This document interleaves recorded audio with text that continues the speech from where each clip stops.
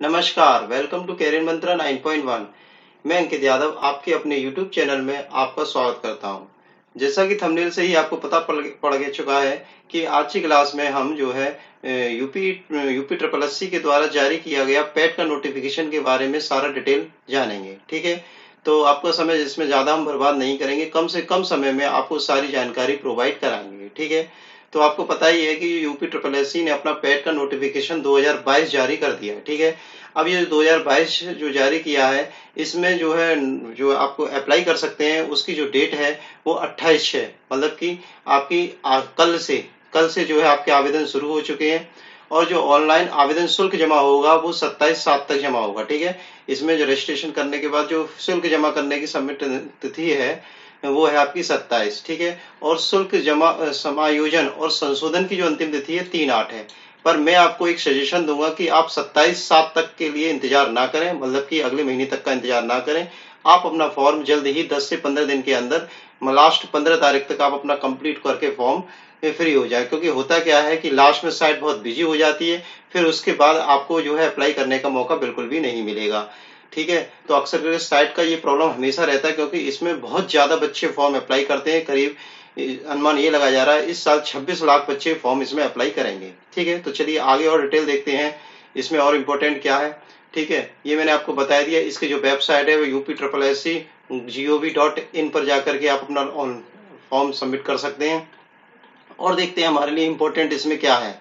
ठीक है, इसमें जो ग्रेड पे वाली जॉब रहती है, इसमें 5200 से लेकर के 20,200 तक के ग्रेड पे, 1900 ग्रेड पे वाली जॉब रहती है। ठीक है, ये पे स्केल और ये ग्रेड पे पीछे। ठीक है, और 1900 से लेकर के आपकी 4600 ग्रेड पे वाली जॉब्स रहती हैं सभी। ठीक है, आगे देखते हैं और इम्पोर्टेंट क्या है। वेबसाइट मैंने आपको बता दिया UP SSC.gov.in पर जाके आप अपना फॉर्म सबमिट कर सकते हैं। फॉर्म सबमिट करने के लिए 5 स्टेप रहेंगे। पहले आपको रजिस्ट्रेशन करना होगा, फिर अपने फोटो और सिग्नेचर अपलोड करने होंगे, फिर उसके बाद जो रिमेनिंग पार्ट होगा उसमें एड्रेस वगैरह जो भी रिमेनिंग हो उसमें वो आपको सबको फिल करना होगा।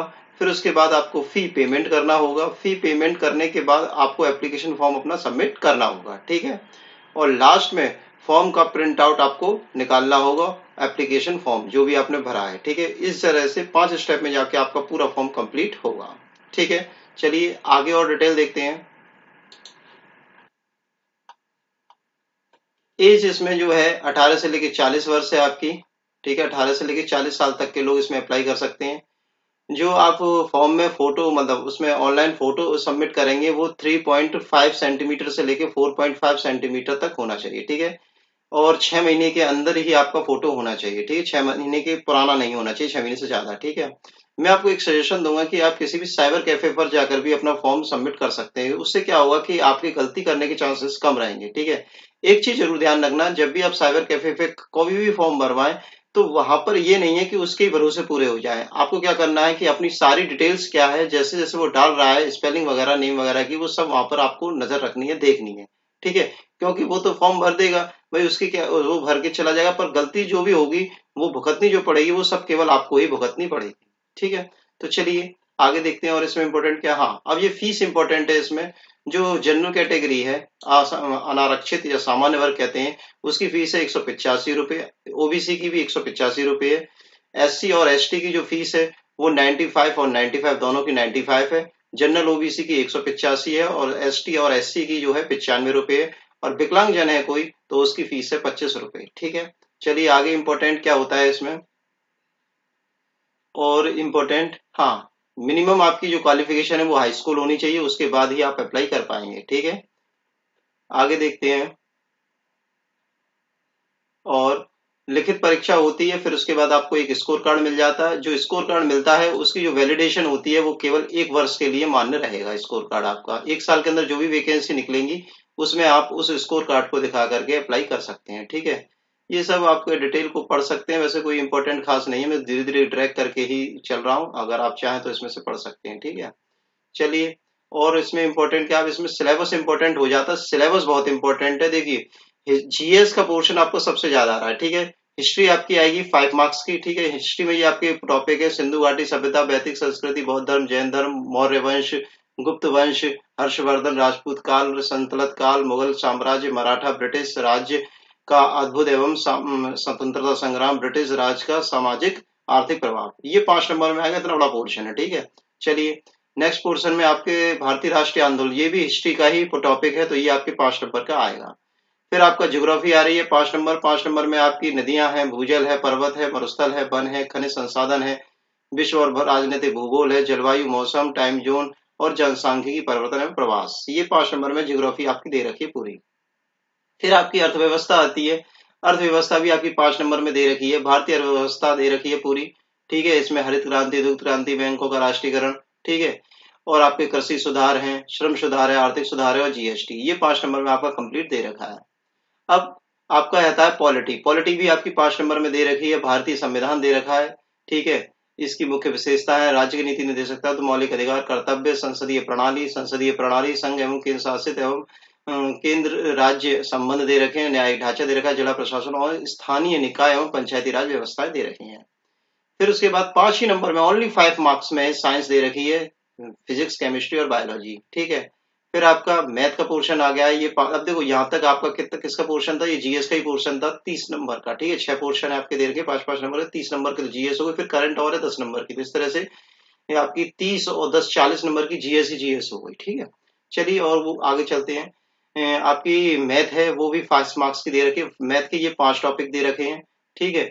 आपका दशमलव भिन्न है, पूर्ण संख्या, प्रतिशत, अंक, एक, वर्गमूल, घातांक और औसत, ये 5 नंबर में आपके दे रखे हैं। फिर आपकी हिंदी दे रखी है। हिंदी में संधि, विलोम शब्द, पर्यायवाची, वाक्यांश, लिंग, भिन्नार्थी, मुहावरे, सामान्य अशुद्धियां और लेखन एवं गद्य रचना, 5 नंबर में ये दे रखा है। फिर आपकी इंग्लिश दे रखी है ओनली 5 मार्क्स में, ठीक है। अंग्रेजी व्याकरण और अपठित गद्यांश और आधारित प्रश्न 5 नंबर में दे रखे हैं। फिर आपकी रीजनिंग दे रखी है ओनली 5 मार्क्स में, ठीक है। ये सब टॉपिक है आपके। रैंकिंग है, संबंध है, ठीक है, भिन्न है, इवन ऑड है, कैलेंडर, घड़ी, कारण प्रभाव, कोडिंग, डिकोडिंग, नियमन, ये सब दे रखा है 5 मार्क्स में। फिर आपकी करंट दे रखी है 10 मार्क्स में, ठीक है। भारत एवं वैश्विक, विश्व और भारत की सारी करंट दे रखी है। फिर 12th नंबर का जो टॉपिक है ये आपकी सामान्य जागरूकता दे रखा, तो देखो 50 मार्क्स की क्या हुई आपकी, जीएस ही जीएस हो गई, ठीक है। करंट के बाद ये 10 नंबर का और है, ये भी जीएस का ही पोर्शन है। इसमें क्या है, स्टैटिक पोर्शन भी इसे बोल सकते हैं। भारत के पड़ोसी देश, देश राजधानी, मुद्रा, राज्यों के प्रदेश हैं, भारतीय संसद है, राज्य है, लोकसभा, विधानसभा, विधान परिषद, राष्ट्रीय एवं अंतर्राष्ट्रीय दिवस हैं, विश्व संगठन उनके मुख्यालय हैं, भारत पर्यटन स्थल है, भारत एवं कला एवं संस्कृति है, भारत एवं विश्व का खेल है, भारतीय अनुसंधान संस्थान है, प्रसिद्ध पुस्तकें और लेखक और पुरस्कार एवं विजेता, ये सब टॉपिक आपको कंप्लीट इसमें दे रखे हैं, ठीक है। तो मैंने आपको पूरा डिटेल नोटिफिकेशन बता दिया है, जो जो इम्पोर्टेंट है आपके लिए वो सब आपको समझा दिया। अरे हाँ, ये भी तो रह गया भाई पोर्शन, हाँ। उसके बाद आपके अपठित हिंदी गद्यांश है 10 मार्क्स में, और ग्राफ है आपके 10 मार्क्स में, और आपकी टेबल है आपकी, मतलब क्या, ये मैथ का पोर्शन होगा। ये दोनों लास्ट के 14 और 15 वाले क्या है, 10 मार्क्स में आपके ग्राफ और आपकी तालिका के द्वारा जो है क्वेश्चन पूछे जाएंगे, तो 10 मार्क्स से ये टॉपिक होगा, ठीक है। तो इस तरह से आपको मैंने पूरा डिटेल नोटिफिकेशन आपको सिलेबस सहित बता दिया है, ठीक है। तो मैं आपके उज्जवल भविष्य की कामना करता हूँ। आप जो है इस फॉर्म को भरिए। अगर आपको भरने में कोई प्रॉब्लम है तो मैंने यही कहूंगा कि साइबर कैफे पर जाकर के आप अपना डिटेल नोटिफिकेशन भर सकते हैं, जिससे क्या है कि गलती होने के और जल्दी आपका फॉर्म भर जाएगा, कोई प्रॉब्लम नहीं होगी, ठीक है।